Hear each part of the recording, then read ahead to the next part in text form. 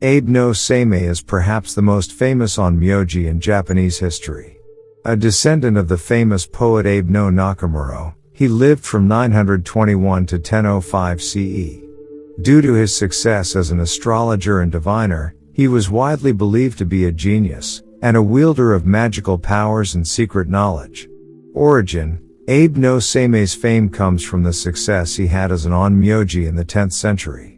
He was a student of Kamo no Tadayuki and Kamo no Yasunori, and succeeded Yasunori as astrologer and diviner for the imperial court. Seimei's duties included foreseeing the gender of unborn babies, diving the location of objects, advising on matters of personal conduct, conducting exorcisms and crafting wards against dark magic and evil spirits, and analyzing and interpreting events such as celestial phenomena. He wrote numerous books on divination and fortune-telling, including Senji Ryuketsu, containing 6,000 forecast and 36 fortune-telling techniques using shikigami, and a translation of Hoki Nidan, detailing secret divination techniques.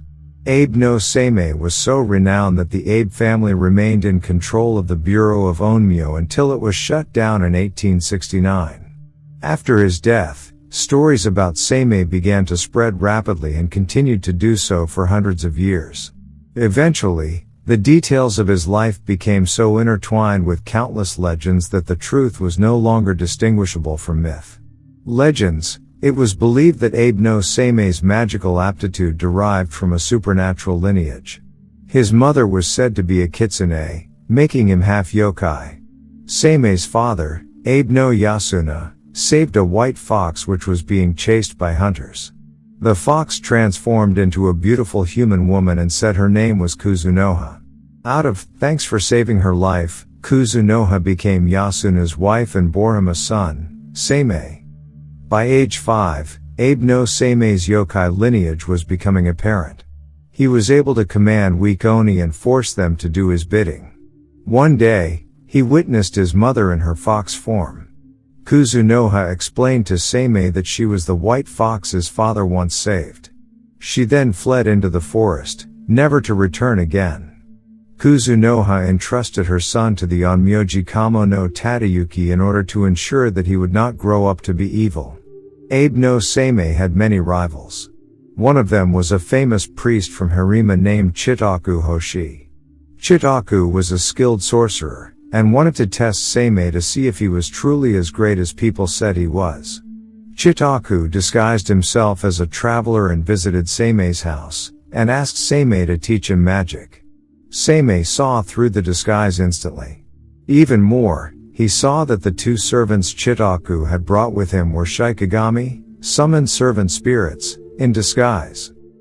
Seimei decided to have a little bit of fun with Chitaku. He agreed to train him, but said that it was not a good day, and that he should come back tomorrow. Chitaku went back to his home, while unbeknownst to him, Seimei unsummoned both of the shikigami.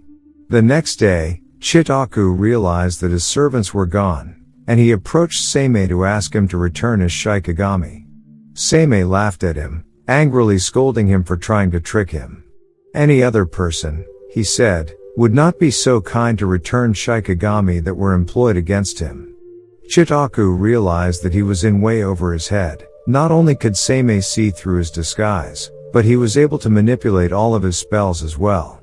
He bowed low, begged for forgiveness, and offered to become Seimei's servant. Abe no Seimei's chief rival was a sorcerer from Harima named Ashiya Doman. Doman was much older than Seimei, and believed that there was no one in the land who was a better onmyoji than he was.